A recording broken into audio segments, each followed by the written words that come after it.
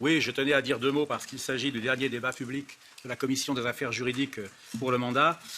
C'est un texte très important dont nous parlons puisqu'il concerne l'ingérence étrangère par le lobbying. Donc il convient naturellement de lutter contre ce phénomène.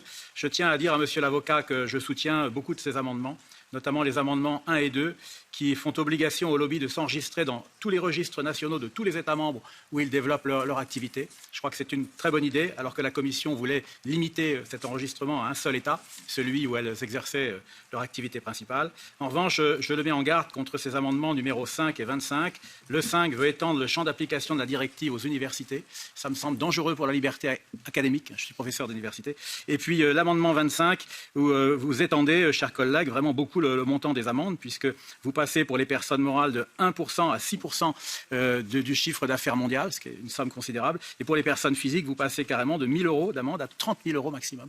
Alors ça me semble quand même très très important comme augmentation. Donc je pense qu'il faudra y réfléchir quand même.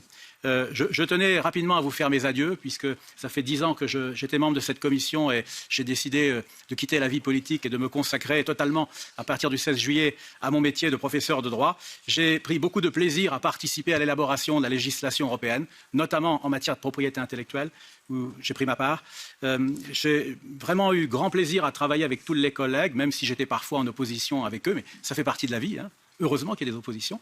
Je remercie le secrétariat jury de son aide, qui a été précieuse notamment pour les dossiers dont j'ai été rapporteur. Et puis bien sûr, je remercie pour finir les interprètes, sans lesquels j'aurais eu beaucoup de mal à communiquer. Voilà, bonne chance à tous.